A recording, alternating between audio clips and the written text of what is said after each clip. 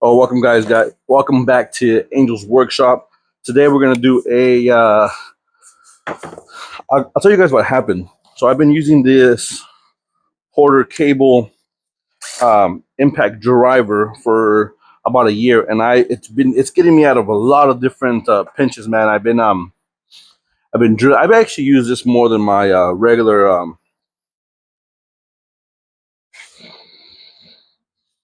brain fart.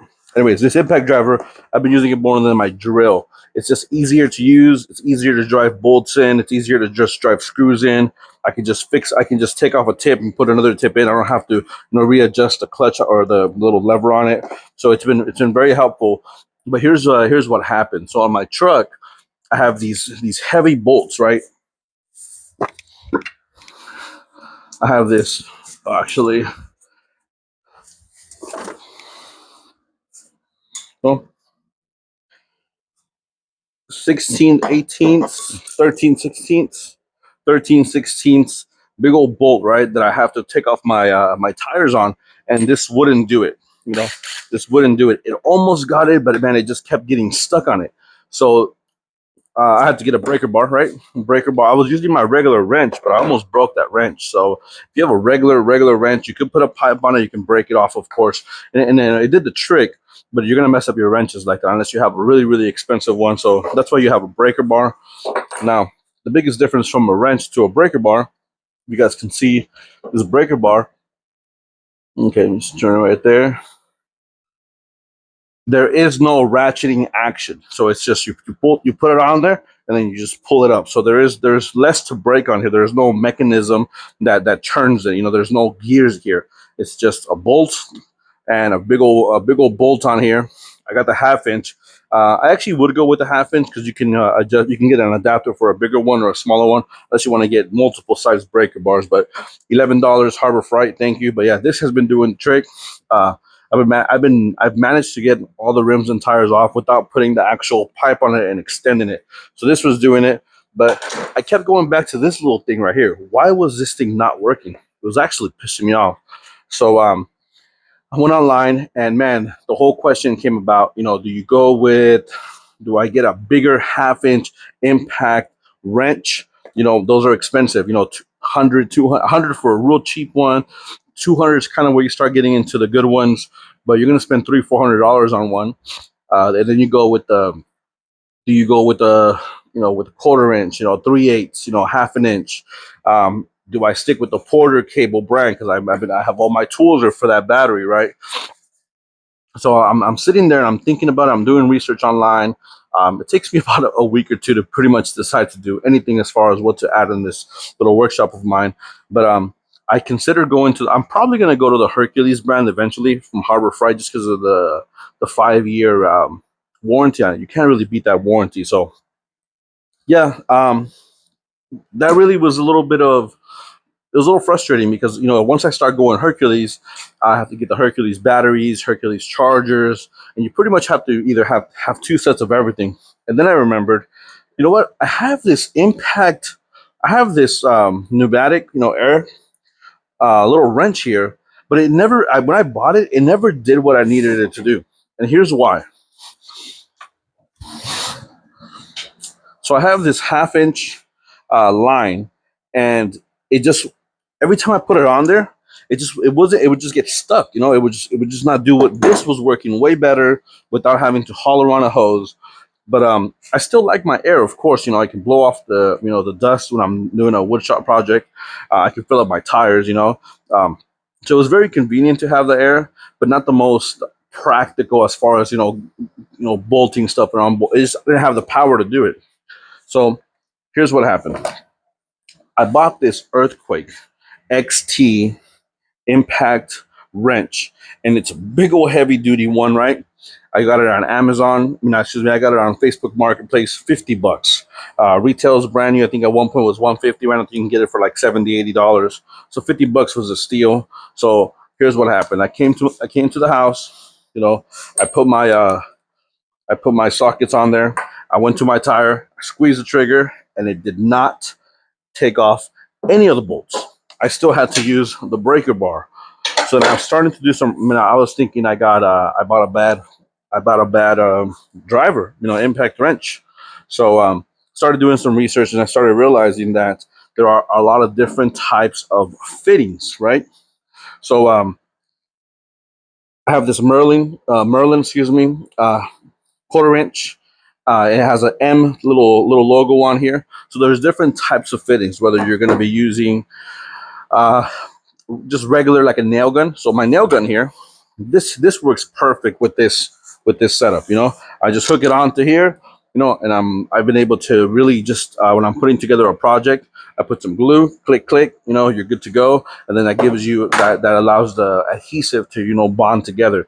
So it has been doing great on this. So then I started thinking, you know what? Maybe I just need to get bigger fittings. So I started doing some research, and yes, they do have higher flow fittings for impact wrenches like this. So I ordered some on Amazon, and then I realized that I actually have a I had another size hose, right? So a lot of people online were saying, you know what, you really need to get a bigger hose. Perfect timing. Anyways, yeah, so I had this impact this pneumatic wrench, and it just wasn't getting enough power. So I bought this thing on Facebook Marketplace, $50. Wasn't getting enough air. So I started doing research on the fittings. Bought some fittings that are on the way, but then I realized that my hose, right? This is a quarter inch. So this right here is a quarter inch. It's real thick. It does not kink. It's perfect. I think it's 100 feet because I can go to nearly my backyard. It works great for my nail gun. My nail gun works perfect with this. But the issue was it wasn't getting enough air. So I realized that I had this rubber 3/8 of an inch, 3/8 rubber hose. So what I did is, let me bring this camera around. As I was doing this is my Cobalt QuietTech. Let's see if I can get it. Cobalt QuietTech compressor. It's 26 gallons, I believe, 26 gallons. And when I was up here, I was it has two little knobs right here and right here. But the issue was the little regulator in the middle was just kind of slipping.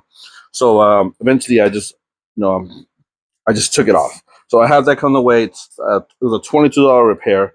So what I decided to do was to build this. So this had a little port right here, right? It was sealed off with an little Allen bolt. I tried to pry it off with a regular Allen key, and I needed to get actually an Allen key for my wrench, and I had to even use the breaker bar to do it because at that time even uh, my impact driver was not doing the trick. So what I did is this little pipe here. Now this if you guys are going to listen to any part of this video, this is actually a really key part. I could not find this little pipe anywhere. So I went to Harbor Freight, they didn't have any. I went to Home Depot and they didn't have it in the right section. I had to go to the piping section. It was in the very far back. It's a quarter inch. So I put some Teflon tape, some Loctite, and I screwed it in there. And then this little valve here is $6 at Harbor Freight. And then I got my hose and I plugged it directly into it. Now here's why I did it this way. I did it this way to have as much airflow without any restrictions. So I could have put a coupler on here, but I'm gonna have two up here that are gonna be quick disconnect. Those are gonna be for stuff I do disconnect with. This line right here, this 3/8 of the 3/8 inch hose is 25 feet long, and guess what? It did the trick. So just with this particular setup, I was able to go to my truck and take off all the bolts easily, and it worked perfect. So having the same issue as I was having, you definitely want to I didn't want to spend any money. So first things first is get yourself a bigger hose. 25 I have a 25-foot 3/8 inch hose, and that was perfect enough. I tested it on multiple tires, and the lug nuts came out perfect. I was impressed because now I do not have to buy for now a battery operated impact wrench. I can use this for the next couple of months, and it's a 25-foot hose, so I was able to go to the front of my garage, to the very front of my driveway, excuse me, and take off and test it on those lug nuts, and it worked perfect. So normally I pull my truck in here, and I'm working on the front two tires, and then turn my truck around back left tire. So that hose right there is perfect. Now I'm gonna have three different um, sources of air, a very high power, low restriction for power tools. Now, this thing right here, I bought this at a garage sale. You can't even tell the brand. I've looked for the brand many times on this thing, but I can't find it. Probably some type of Craftsman. But I try to take off the tire, the lug nut with this. It still would not do it, but this is good just for regular bolts. But this right here, this is the champ. No problem. Took them all off. This is an Earthquake XT.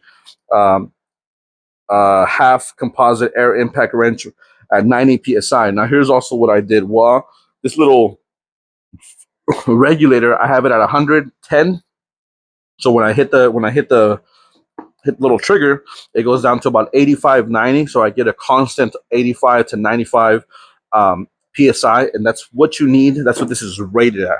So just keep that in mind, because if you put it at 90, when you hit it, it's going to go down to about 60. So you want to be hovering around that 90 mark to get the most out of this particular impact wrench.